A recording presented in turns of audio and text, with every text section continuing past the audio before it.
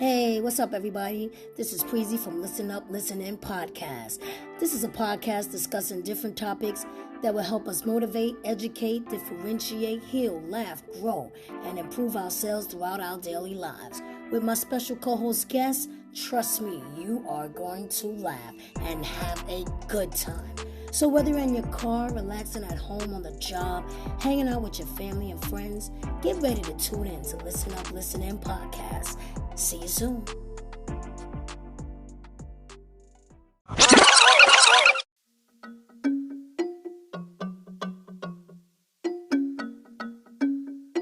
Tanya, you ready? Listen up, listen in. Listen up, listen in. Listen up, listen in. Listen up, listen in. Listen up, listen in. Thanks for tuning in. Let's have a conversation. Talking worldwide, it don't matter your location. What you going through and the topic may have relation. Let's get some motivation. Swap out education. Every Friday we heal, laugh, improve, and grow. Put some nutrients in your mind, give you food for the soul. I know you pumped and preparing for your weekend and low. Might as well join the discussion and tune into the show.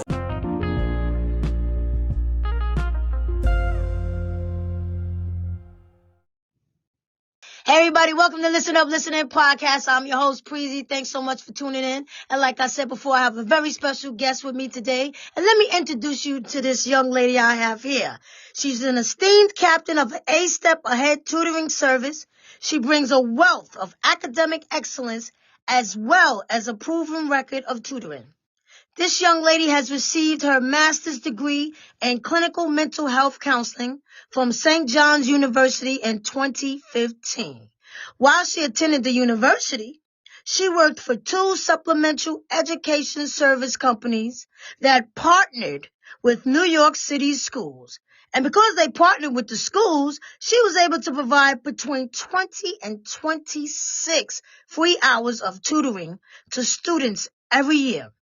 She was working at both companies, and she saw the academic struggles of low-income and middle-income families that were disproportionately African-American, Hispanic, and South Asian. And she believed that the allotment of hours, 20 to 26 hours of tutoring for the entire year, was definitely not enough for them. And furthermore, she believed that these students tended to be misdiagnosed with learning disabilities, almost illiterate and uneducated. She reached a point where she realized that these students deserve more than the limited service these companies offered them. And it was at that moment that a light bulb went off in her head, like Con Edison. And she says, I'm going to start my own company. And her experiences in graduate school provided her with the insight she needed to excel and enjoy tutoring. And while inspiring other tutors to do the same, man, she founded a Step Ahead tutoring service in 2013 and has operated it ever since. Isn't that wonderful, guys and girls? Without further ado, let me introduce you to my special guest, Gabrielle Crichlow. Hey, Gabrielle, how are ya? I'm well. How are you doing? You like that intro that I did for you? I did. Thank you so much. That was awesome. Well, thanks to you. It's all about you, sis. And before we even get started, I always like to ask my guests, how is your day going? It's going all right. We had a rough start trying to set things up, so but all is well. All is well now. That's good. Yes, we did have a little stuff. We was on a ski slope. We just kept slipping and sliding, but we got it now. We good. And I'm happy that you're on my show. I appreciate it. And I done read your bio, no, but I read your bio. But I want my audience to know, who is Gabrielle Crichlow? I mean, the bio pretty much says it there. But yeah, I've been a tutor since 2005. Gabrielle, do me a favor. Pull your mic just a little bit back. Just a little bit. Now I'm too loud. First I wasn't loud. No, I just hear a lot of...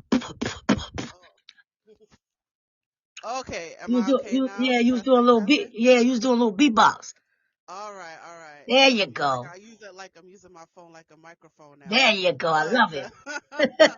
but yeah, I was saying that I've been a tutor since 2005. I was in after school programs and I worked for a couple of tutoring companies and then as today demonstrated, life happens, things happen, right? Right, So I was in a after school program, but that ran out, and then I worked for a couple of other companies, and then they closed, and so I decided to get into tutoring privately, doing things on my own time and schedule, and I was doing that for many years, and then I an inspiration just came over me, and I just figured, what I didn't figure, but I thought, how cool would it be to have something that I control, right? That I'm not working under other people, and I'm in charge of collecting the money and making the decisions and hiring people. And I was also working a bunch of other jobs as well and dealing with all that. So I just I wanted something that I can call my own and not having to answer to other people. Although I mean, even as an entrepreneur, you still answer to somebody, right, but it's less overhead, especially if it's your own business and your own company. So I wanted something that I can control and something that is that I don't have to answer to a lot of people. right. And I just I went to a small business expo at my church for something completely different. I was there talking about immigration, um, but then listening to the other speakers who talking about having a small business, and the thought was already on my mind, and so I just figured, you know what, I'm just gonna take the leap of faith, and I got my business incorporated in 2013, and here I am. Wow, awesome. Seems like you like what you love what you do. I do love what I do, and I mean it's not without its ups and downs. It's things wasn't always what do they say, the grass wasn't always greener on the other side. I've definitely had my pitfalls, but I've also had my successes too, and I think that's something that keeps me going. And we know education is very, very important and is so needed. So you worked in the city schools. How challenging was that? Well, well, just to clarify, I didn't exactly work in the schools, but I worked for tutoring companies that it's like it's an outside company was that worked with schools. So we didn't exactly go inside the school, but just with those particular kids, because those kids they had free lunch, so it's definitely an income disparity in that because the kids that we worked with were those that qualified for free lunch, which means that the income is poverty level. Uh, Um, you definitely make sure I keep my mic close to me. Um, you definitely see the effects of poverty on right, education. Um, so something like there's a lot of learning disabilities that go unrecognized. Um, there's in terms of this, even like the schools themselves, um, they tend to lack a lot of resources. right, Um, so things like school supplies or even books or so. This was before the internet blew up, so right, this was years ago. But you definitely see and especially like I said, like in the bio, like there's a lot of racial disparities, which is interesting when you think about poverty, right? So poverty and racial disparities, like you tend to see a lot more minorities in the poverty level, Mm-hmm. and that's very alarming, and and seeing that, and so you see the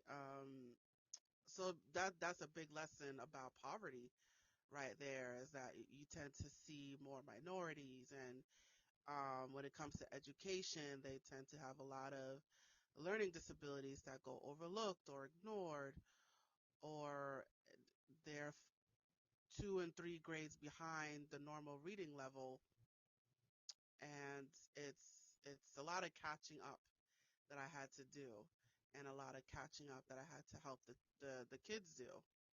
And I think that's just kind of seeing that it inspired what I did, and that these are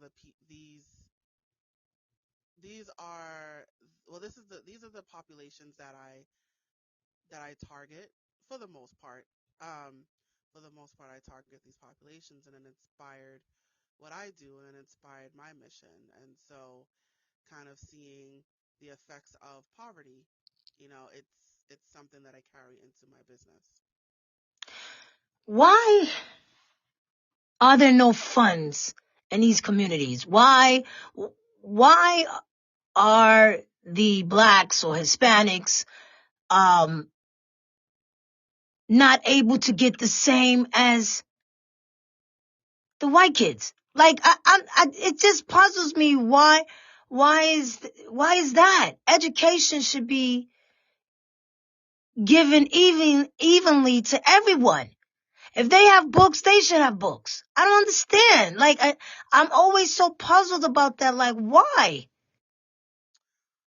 So, and this is my opinion, um, I think it stems from years and years of racism. I think Uh-huh. it's, Mm, mm, mm. it starts with the like housing communities, right? In terms of the poor people tend to live in certain neighborhoods because that's all they can afford, right? And um, and you're in those neighborhoods, and families tend they stay in those neighborhoods because then there's years of psychological abuse where you believe you can't elevate yourself, and due to systemic pressures, um, and those and those neighborhoods tend to be um, so those neighborhoods when the lower income, right? And then you have the schools that are in those neighborhoods, and be, because they're in those neighborhoods, those schools are affected as well. Mm, mm, mm. Um, and then, um, I guess my understanding is the funding that goes to schools depends on the neighborhood that you're in.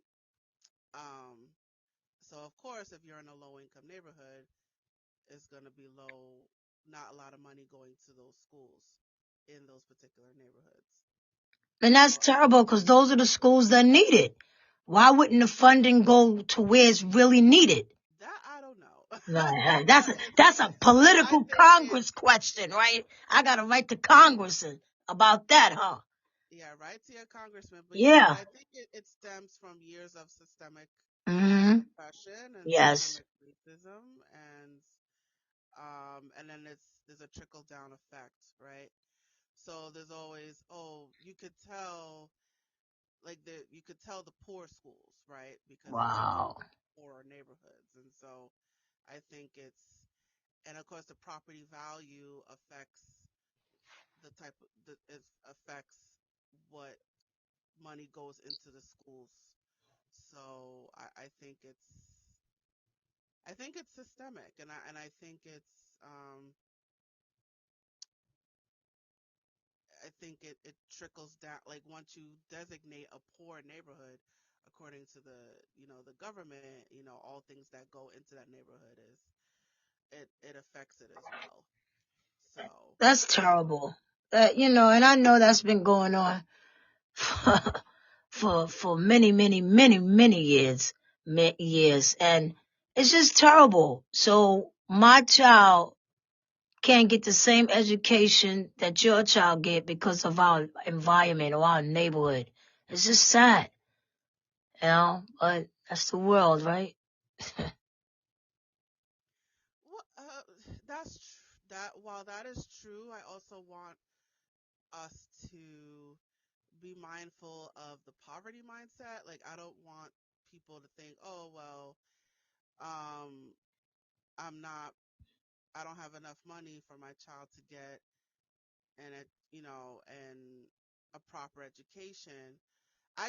There are resources out there. I think this also plagues communities of color, that we tend to have. I don't know how to say this properly, but I think they don't know that this free. You may not have the same educational opportunities as, say, a school in a wealthier neighborhood, but you can still get a good education, right? There's a lot of free resources that are out there. You can go to your local library. There are free tutors. There are low cost tutors, right? So I don't want people to think, oh, because I don't make enough money, or I live in this poor neighborhood, that my child is doomed, right? So I just want us to be careful of that, not the poverty mentality, but more like a doomsday mentality, right? That, um, because I'm in this position, I have to stay in this position, and my child has to stay in this position. Like, I don't want people to think like that. You just gotta work harder. You just gotta work harder. Yeah. So Mm. I want people to be mindful of their their thoughts, right? Because their thoughts turn into action, right? So don't think, oh, because I'm poor, my family is screwed. No, you'll just have to work harder, right? Maybe you find the money somewhere to pay for a tutor. That's where my company comes in. Or go to a local library. There's free homework help. So you'll have to work harder. And I mean, and then you have you're I mean you're likely to be on Medicaid, right? And then Medicaid covers a lot of programs. So just because you may be on the lower income side doesn't mean you're doomed, right? You just have to work harder to get the same goal. And a lot of these, like, colleges have scholarships now, right? So if the grades are high, right, that looks good uh to colleges, right? So, and then if you have to, you can always take out student loans, but that's the very, very last resort. Right.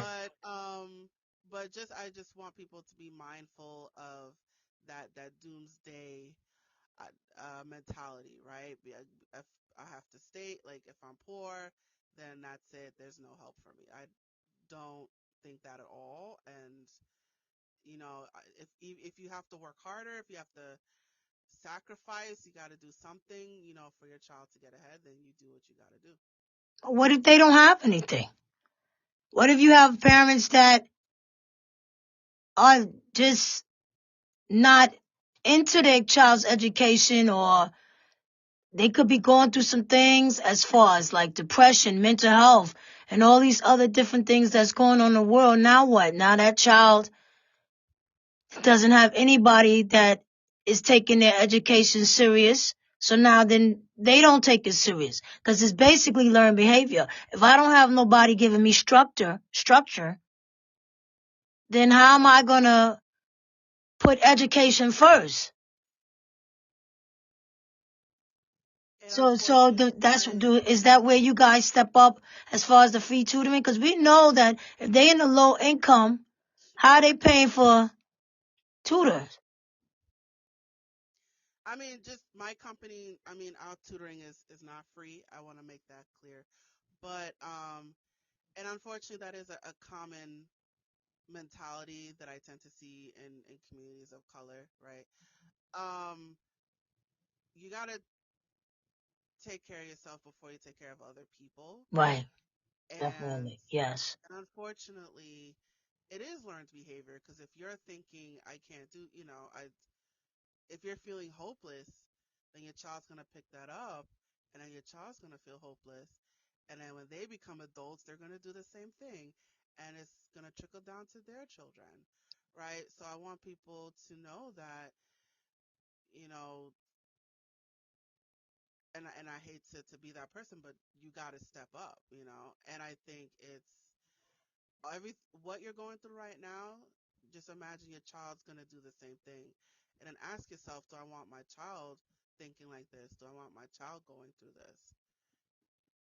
And I've been there. I've been poor, struggling to find the next meal, but it's like I want better for myself. I want better for myself. I don't want to stay here because I know I can do better. You just got to push yourself, right? So I guess it depends on what's going on, with the parents. But, if you need counseling, you get counseling. It's free now under your insurance. Or is it maybe you want to go back to school? There's free GED programs.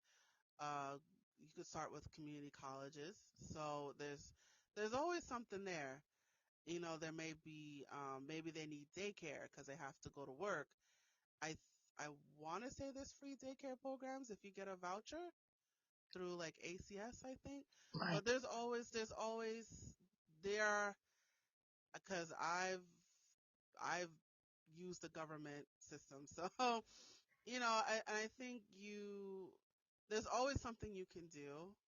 I don't want people to think there's nothing I can do. There is always something you can do. You just have to work really, really hard and you have to be really patient, but there's always something you can do. Right. I think educators really hold the key. They hold that key to unlock those poverty chains. I'm gonna call it poverty chains when it Yeah. comes to education, because you gotta create a positive school environment. That's number one. We gotta create a positive school environment. You gotta have different opportunities. Those other schools have those opportunities, and we have to provide opportunities for that. Because how you gonna have that academic growth if you don't? Teaching positive things and learning the different social behaviors of the children. I just think that everybody got to just work together, whether it's the politicians or the community boards or whatever. They got to put more structure in these schools, because a lot of these parents, some of them may not even be educated themselves, you know? And I think the most important thing too is trying to meet these psychological needs that the children are suffering with. You got a lot of children suffering from depression and being abused. And sometimes these schools are a safe haven. I remember when it was the COVID, the numbers went up with domestic abuse, child abuse, because the kids was home all day, the parents was home. And so everybody home all day. You don't even know what was going on in that household. The children was probably being abused. So a lot of these schools are safe havens for kids that got to come back home and deal with that. So I just think that the educators got to get more involved in in the schools and getting these books for these kids, and teachers and after school programs and whatever is needed, because they want the kids to be educated, but you gotta throw that wood into that fire to keep it burning. I mean, I don't know. I ain't trying to be no preacher. I ain't come up here to be Pastor Preezy, but you could see the difference between, like you said, the different school systems and this area opposed to this area. I think that's just unfair. If my child getting up every day going to school to get an education, why does it have to be different? If that school got books, so should the low income school get books. It's just terrible. Society is just horrible. It's just horrible. It is, but let's not give up hope yet. I know, Uh, I know, that's a few things, I right? know. Just just with the school systems, there are different types of schools.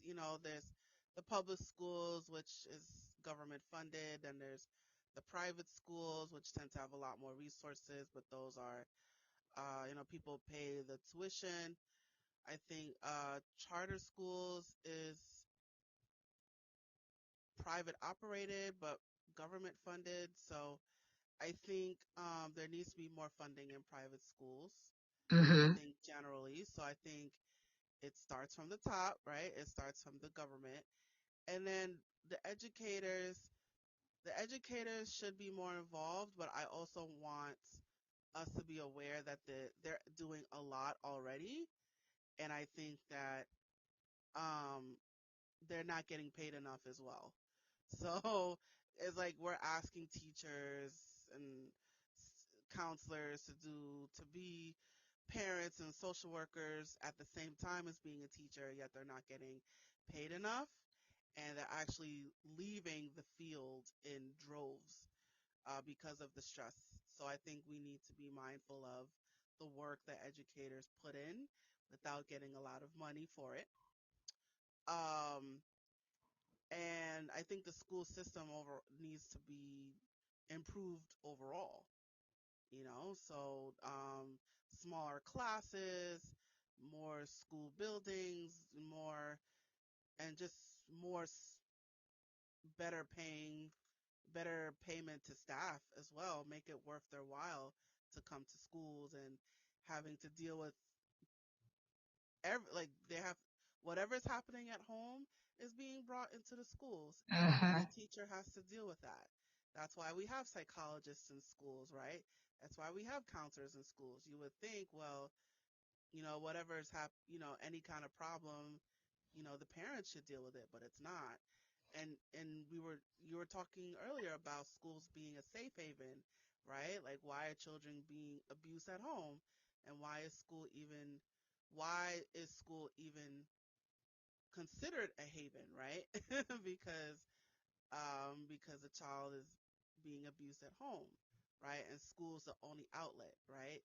And I know school was my outlet.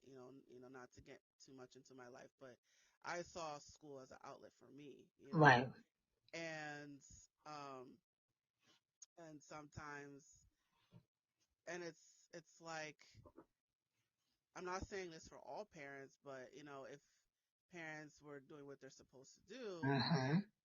schools wouldn't be so overwhelmed. Parents need to be parents. Not too many parents are being parents, to be honest. They're not. They want to be their child's friend. You gotta be a parent first, you know. And I always say kudos to the teachers. I think I'm gonna be honest with you, teachers should get six figures. They should get six figures of what they go through and what they have to deal with. Because technically, I had a discussion with my friends. Technically, the teacher is the parent for 8 hours. I don't care how many children or he or she have in the classroom. They are the parent for 8 hours while they're in the school. I believe school is 8 hours. I know I was there. It was about 8 hours. And so they deal with a lot. A lot. I remember when I was in public school, there was 32 kids in the classroom. 32. And that's a lot. Now, I don't know how it is now, but it's a lot. And I will fight for every educator that's trying to help a child learn and get to the next grade, because it's not easy. And I don't think they get what they supposed to get. They really don't. Teachers should be making a lot of money. And I don't think they do. That's not fair, you know. So it's a lot of challenges. Like you said, it's a lot. From classroom size to poverty, family, family structure, different things Absolutely. that's going on in the world as far as technology, and then we got the kids got to deal with different kids in the school with the bullying, and kids already having problems at home, so their attitudes and their behaviors, and you don't, parents got to get involved. No, I'm sure no educator wants to leave no child behind, so parents got to step up too. They got to get more involved with their children and their education, you know? So it's a lot. It's a lot. And like you said, the funding is very important. Funding and just, it's not easy. I see it's not. And I'm not even a teacher and I can't even imagine. Yeah, and I mean, if we had more, more funding, schools can implement more programs, and even if and school has to be a haven. Well, even if it is a haven, right? You have more of these programs, and You're getting a little low on me. I'm low. Okay, how There about you right now? go. Oh, there I am. Ah, All right, shoot. I gotta remember keep it to my mouth. But yeah, if there the more programs that are out there, Right, even by schools or by nonprofits, and the more kids that we get into these programs, the more that they're off the streets, and the more that they're not, into criminal activity, and the less, they're at home, avoiding, well, not avoiding, but decreasing the likelihood of child abuse, right? right, So I think and then even all these programs that are out there, I think we have to take advantage of them for right. sure. And it's the parents still have to play a role, and Oh, it's like you yes. have to get them to the program, right? That's the first step, right? So the resources, although it may not seem like a lot right now, but it is out there. You have to find it, and I think you have to be willing to bring your child to it. But that's step one, is let's have these resources available for parents. And then step two is on the parents, which is you have to get your kid there. You're right.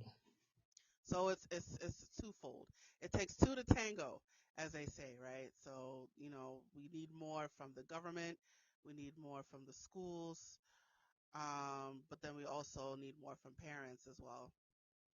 Yes. In school, you can see the schools definitely inequality with these schools. You could see it. You could tell the difference. But the parents definitely got to step up. You want your child to get the proper education they need and take advantage of the free resources that's offered. You know. So you tutored a lot of students, Yes, I have. and so you stated that you see that a lot of them um, really didn't have the disabilities that was said that that you were told that the students had. Am I saying that correctly? I think I see where you're going. I think a lot of this is what I observed. I think it's a lot better now, but back in the day, um, things were either ignored in terms of disability, so things like ADHD or Right, cognitive impairment or even like speech delay or things like that. Those were either ignored by the school or ignored by the parents. That's another thing. Um, or maybe they were diagnosed with ADHD, but in tutoring we discovered that they're also autistic. So um, it's a lot of when it came to learning disabilities, I saw kind of, or maybe on another thing I noticed is it may have been overdiagnosed, right? right. So there's, and I think the problem still kind of lingers today, in that there tends to be a lot more like black kids and Latino kids being diagnosed with ADHD, right? Which is yeah, even happening now, but not realizing that it might be like a cultural thing, so there's an overdiagnosis problem. But in terms of what I saw back then, I think a lot of those diagnoses were not acknowledged, whether it's by the school system or whether it's by the parents. And I think that's a lot better now, but I think it's a lot better in terms of acknowledgement, to the point that now it's being over acknowledged. Right. So I was like, we just went from one problem to the opposite problem. But yeah, I think definitely when I started, there's a lot of things that I noticed in the students that I worked with, and again, because of like the poverty level, and a lot of these resources were not readily available, and so a lot of kids couldn't take advantage of it. Right. And also, parents have to acknowledge, and which is unfortunately something that I see in families of color, that they tend to not see it as a problem, or they want to ignore it, or they see it as a white thing. Right. So I think that's something that I've also saw as well. So I think it's getting better now, but the problem is still there, but it's getting better now. I think with the more talks about it Right. and more representation, and saying no, black people have ADHD too, right? And just talking to parents about if they need the help, it's okay to get the help. If they need a certain way to learn, if they can't learn the normal way, right? They need some kind of tool to help them learn. There's nothing wrong with that. So, but Right. I think it's better now than it was back then. I think this was almost 20 years ago. Wow. So over the past 20 years, it's definitely improved in terms of children being diagnosed with learning disabilities. So that is great to see. I mean, we Right. also, like I said, there's an overdiagnosis problem, which is a new problem. But I think the fact that now kids are the learning disabilities, now that it's being acknowledged, I think that's definitely an improvement in the right direction. That's awesome. So, a step ahead tutoring services. Yes. Tell me about that. You said you had to get your own business. So tell me about your organization. All right. So I have a private tutoring company. So I am the boss. I have a few tutors that are under me. So the services that we provide one-on-one tutoring, one-on-one tutoring, test prep, college counseling, editing and proofreading, and we offer a variety of virtual workshops as well. So in terms of our clientele, we pretty much serve everybody, right? So we serve kindergarten through 12th grade. We also do college students. We also do adults that are returning to the workforce, or maybe just want to stay up to date on the latest math and reading skills. So we definitely work with everybody. We tend to see more on the K to 12 side, but we are open to any kind of adult learner, so college and adult learners as well. The subjects, we do the basic ones. We do math, reading, writing, science, history. We also do SAT prep, ACT prep for those college bound. We don't do like LSAT or MCAT. We don't do those very difficult ones. But we tend to do the common subjects as well. So, if you're behind in your reading level, behind on grade level, we also do homework help, time management. There's parents that have come to me say, my kid is smart, he's just lazy, so he Right. just needs to be motivated. So we also do motivation as well. So there's a lot of things that we see, and it's a lot of things that we address as tutors. Do you have any staff that deal with kids that might be going through some mental health issues? But what happens when it comes to a situation like that? Mental health issues like what? Give me an example. Uh, just maybe depression, their behavior, things that's going on that could interrupt them when it comes to their education. How do you work with that? They're falling behind because they have anxiety or they're depressed or could even have some suicidal thoughts. Are there any steps that you take when that situation arises, or has it ever arisen? Um, well, in terms of me personally, suicidal thoughts, no. What I tend to see is depression and anxiety. I think those are the most common mental health issues.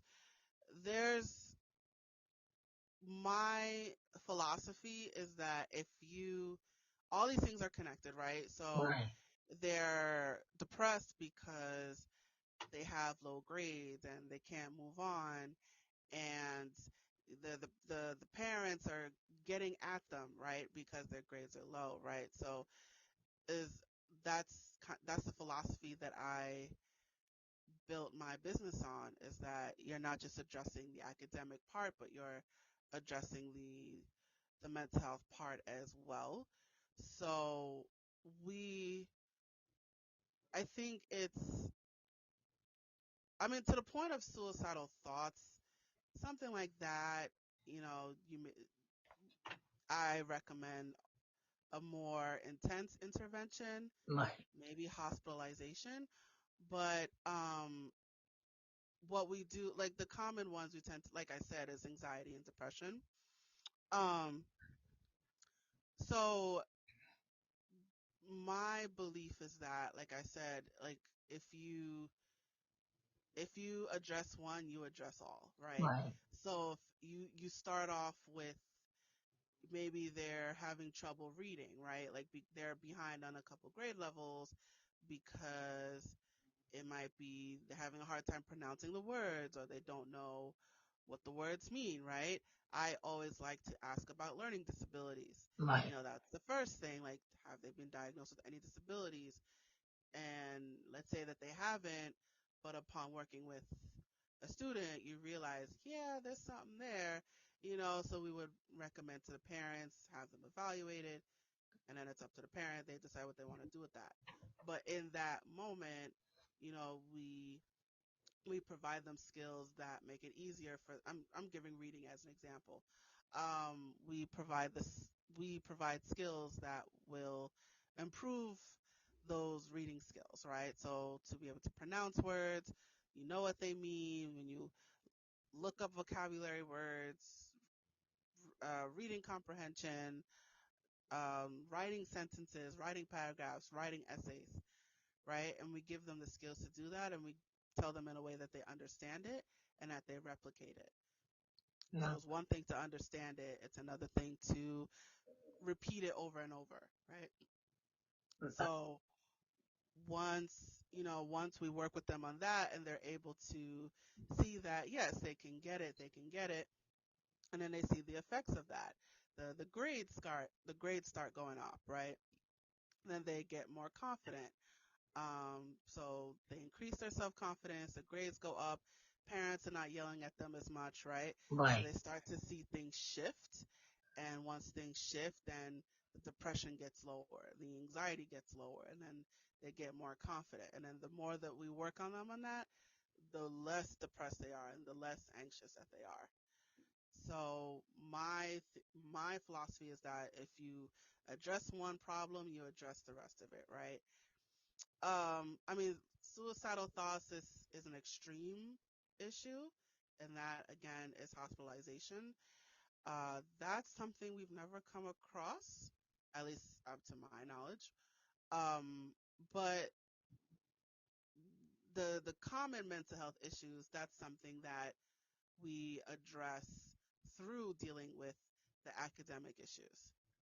So I don't know if that answered your question. no, it did. Do, Okay. do the parents get involved? Yes and no. Okay, So, okay, uh, I think, well, because like I said, I'm a private company, so you know, you have to come to me to get the services. Um, so I think they, unfortunately, what I tend to see is they get involved when they have to, right?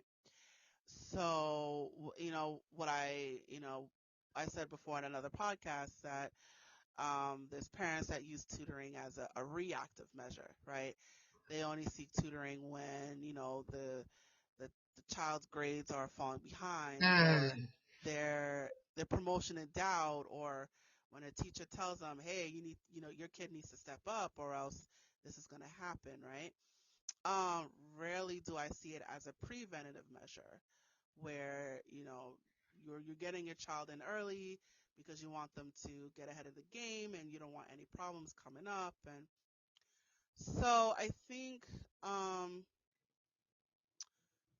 I think in terms of my company, they, they do get involved, but I would say it's more of as what I tend to see is more of a last resort, right, right? Like they have, like I'm usually the last option. So right. they try to do everything else before they get to me. Um, so I mean, which is pretty common, unfortunately. But we're here. So whether you start early and you say, you know what, I want my child ready now, and I want them to be better, and I just want them to be stronger, or you're coming to me because someone told you that your child is about to fail and you something needs to happen now. So I've seen both sides, but but I tend to see more of the reactive side. So yes, they do get involved, the parents, but what I tend to see is they do it because they have to, and there's no other choice. Wow. Yeah. Yeah. I figured that, parents only, you need a tutor. Your grades are down. But like you said, it would be better if you already had the tutor in place before the grades even get down, right? Yeah, Yeah. before you even get the report card, saying, you know what, you're getting that tutor now. Right. And how long do you usually tutor a student? Hour or two? Yeah, 1 to 2 hours. Most of the time it's an hour. I usually recommend an hour and a half to 2 hours. But on average, about an hour, hour and a half. You seem like you love what you do, which is important. I do. I do love what I do, and like I said, it's not without its pitfalls. It's definitely a hustler's game. But I love what I do. I love the impact that I have on these kids, and I love seeing the fruit of my labor. All of um, especially me, because I also tutor under my own company. That all the resources that I put in, and the effort, and the the practice and the drills, and you when you see the results of when you see that their grades improve and the self-esteem improves, and Oh yeah. you see the long-term effects, right? Now they're going to these big colleges, and now they're pursuing these big jobs, and now they're taking on the world, right? And all because like you came in and stepped in when you had to. It's like, I've had students or parents come back to me years later and say, thank you for what you did. Now my child is doing X, Y, and Z, and I'm like, whoa, I did that. Oh, I yes. did that. So I think Yes. it's you just see this shift in demeanor, and this shift in um this shift in life trajectory. It's like all because you gave them that confidence, and all because got them over that hump. I think it's a big deal. It is. It's so important. And so many children out there need it. Adults too. I think everybody, if you decide that you want to go back to school or you want to educate yourself a little bit more, hey, knowledge is power. And so Absolutely. you need that tutor. There's nothing wrong with it. Somebody to help you and guide you through some situations that you may not, or things that you learn and you may not really understand. So that's so important. So, I'm glad you took a love for that, and I just wish the parents, kudos to the parents that are stepping up, but I wish it was just more, that took education so much, a lot, just took it's important. It is. You can't live this world without educate these jobs. They want to see these degrees and stuff like that. And a lot of kids, they're not taking it serious. They just dropping out of school, and I don't know. It's rough. It's rough. So kudos to all the educators. So, but where can we find you? Well, you can find me online. My website is www.astepaheadtutoringservices.com. You can also find me on Facebook, Instagram, Twitter, YouTube, Eventbrite, and WhatsApp. Just type in A Step Ahead Tutoring Services and we'll just pop up. We also have a podcast called Hot Topics. Again, just type in A Step Ahead Tutoring Services and Hot Topics will pop up. Look for the orange pencil with the gray and black tip. So there's a lot of educational topics that we address on our podcast as well. So I encourage you to check out that podcast. It's called Hot Topics. Listen to it wherever you get your favorite podcast. But yes, we are all over social media. And again, I'll give you the website.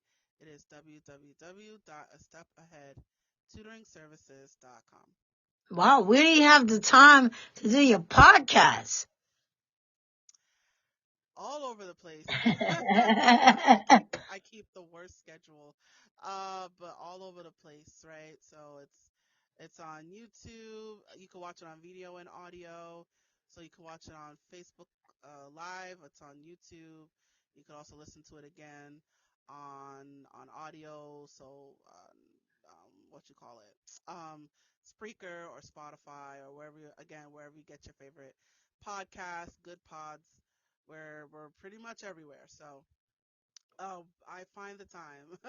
That's I find great. the time to do it, and but And yeah. I want to ask you this: do you ever go out and talk, give seminars, and go out there and talk, go to different schools or different functions to let people know about your service and how important it is to have a tutor? Do you ever go to different places?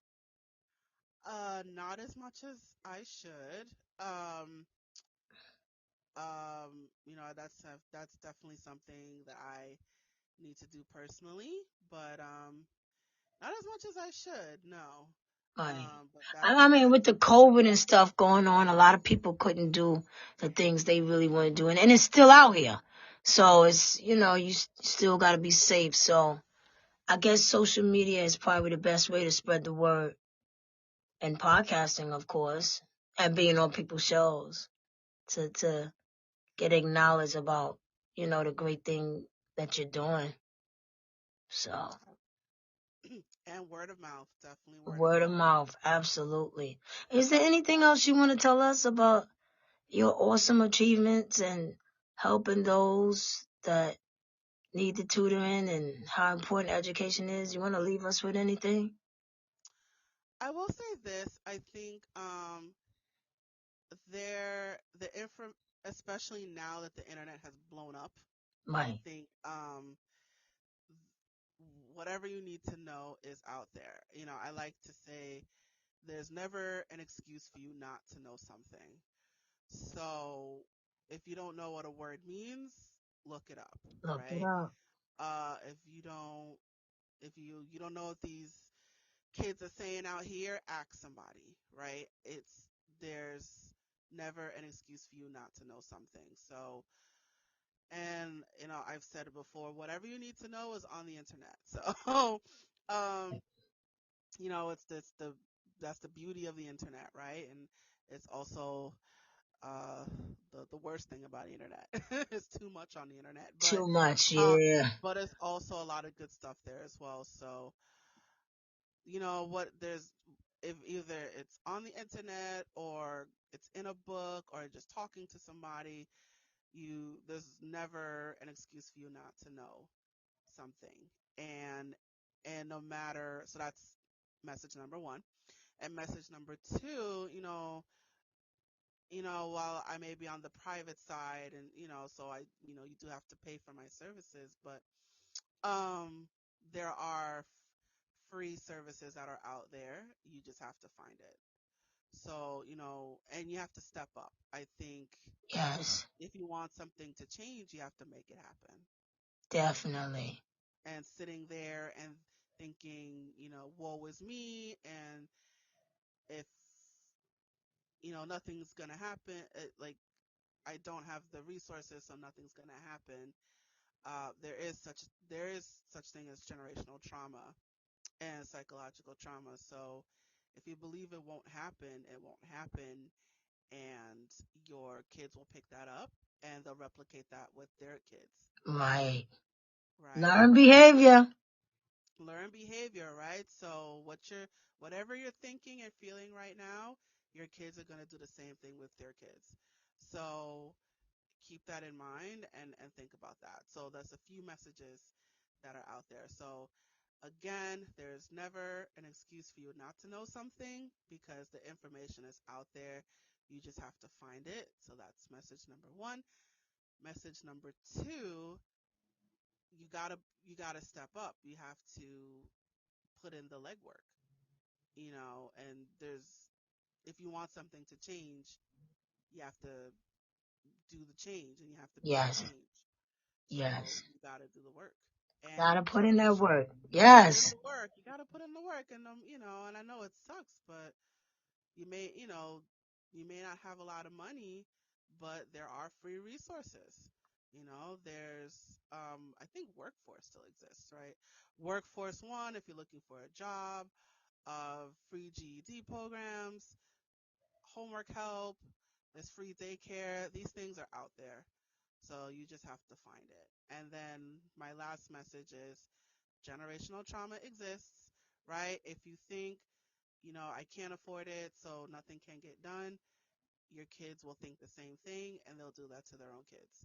So just think about, do I want my grandchildren thinking like this?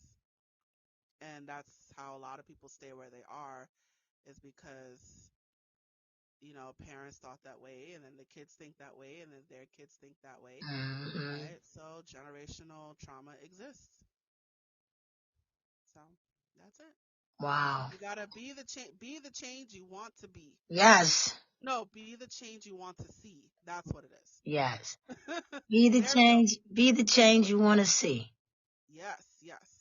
Nice. Should make that into a T-shirt. I think someone else said that already. Oh, I think okay. that's a copyright thing, but Oh, be okay. be, be the change you want to see. Wow, that's awesome.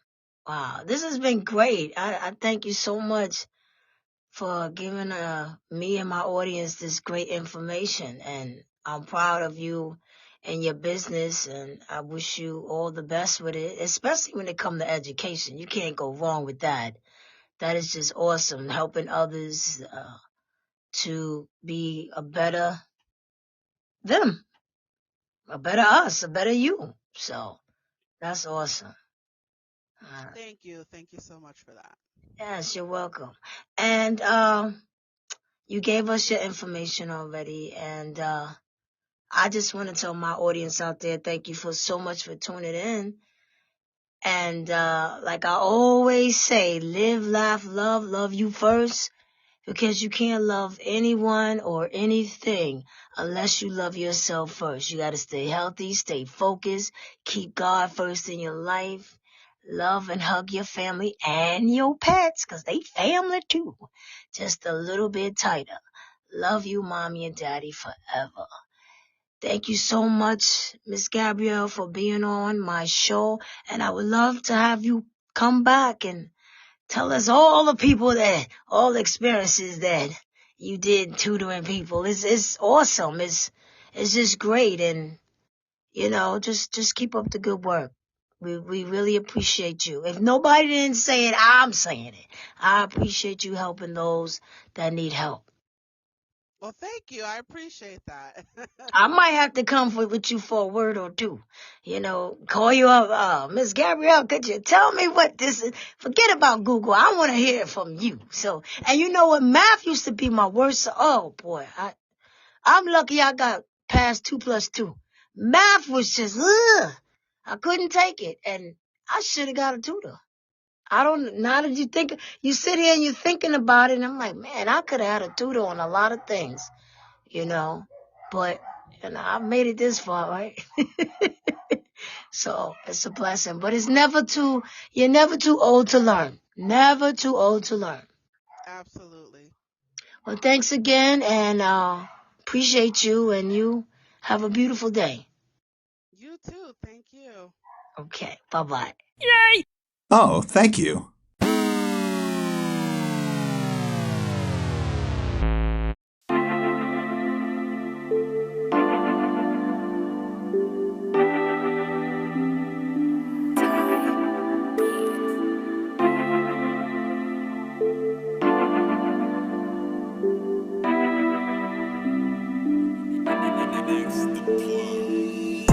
That concludes this episode of Listen Up, Listen In with your host, Preezy.